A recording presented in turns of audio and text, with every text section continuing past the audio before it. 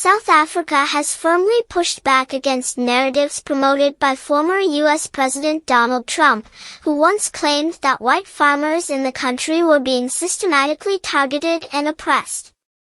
These assertions, made during his presidency, drew sharp criticism both within South Africa and internationally, with officials accusing Trump of spreading misinformation and fueling racial division.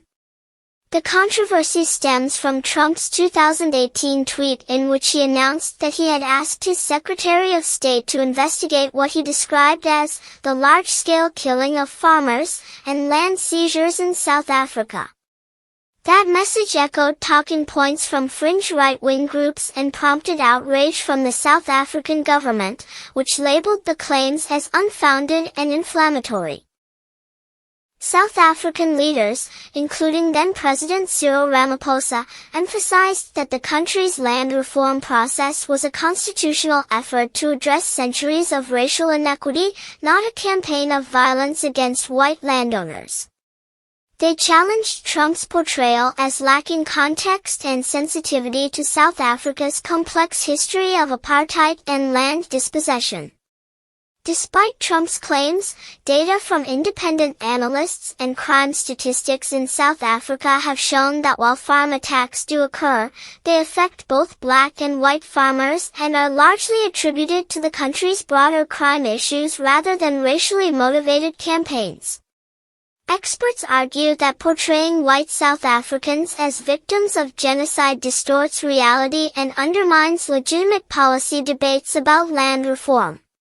Trump's intervention was seen by many in South Africa as a politicized attempt to exploit racial fears and align with far-right narratives abroad. It added strain to U.S. South Africa relations and sparked concerns about the influence of misinformation in shaping international perceptions.